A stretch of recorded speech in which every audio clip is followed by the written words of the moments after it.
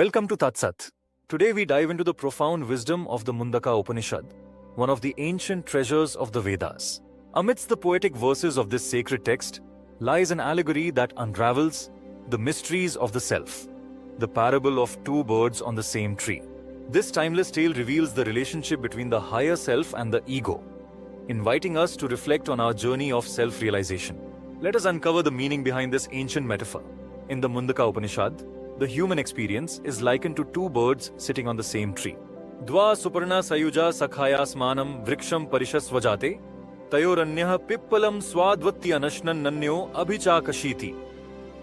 Two birds, united always, live on the same tree.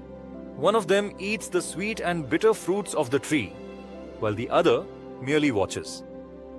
The tree represents the body, and its fruits symbolize the results of our actions, the sweet and the bitter outcomes of karma. The two birds are the ego self and the higher self. The bird eating the fruits represents the individual ego, caught in the cycles of pleasure and pain. The other bird, the higher self, remains detached, simply observing. The bird that eats represents our ego, the individual self that is attached to desires, constantly seeking enjoyment and avoiding pain. But as the ego bird consumes the fruits, it experiences fleeting joy and deep sorrow, unable to break free from this endless cycle. The second bird, the higher self or Atman, is unaffected. It is the pure observer, untouched by the fruits, the actions, or the consequences. In its moments of suffering, the ego bird begins to look towards the serene, silent bird. This moment marks the beginning of awakening, when the individual ego realizes the futility of worldly attachments and seeks higher knowledge. The Mundaka Upanishad says, Samane vrikshe purusho nimagno anishaya shochti muhyamanah jushtam yada pasyatyanyamisham masya mahimanamiti vita shoka. On the same tree bekiki,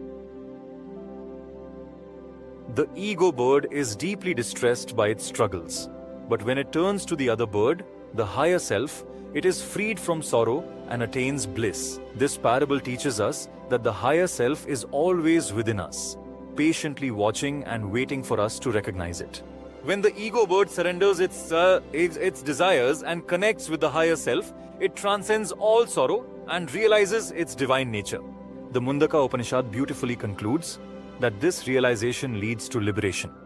Yo ve tadaksharam vidit vasmaloke muchyate sarva papeh pramuchyate.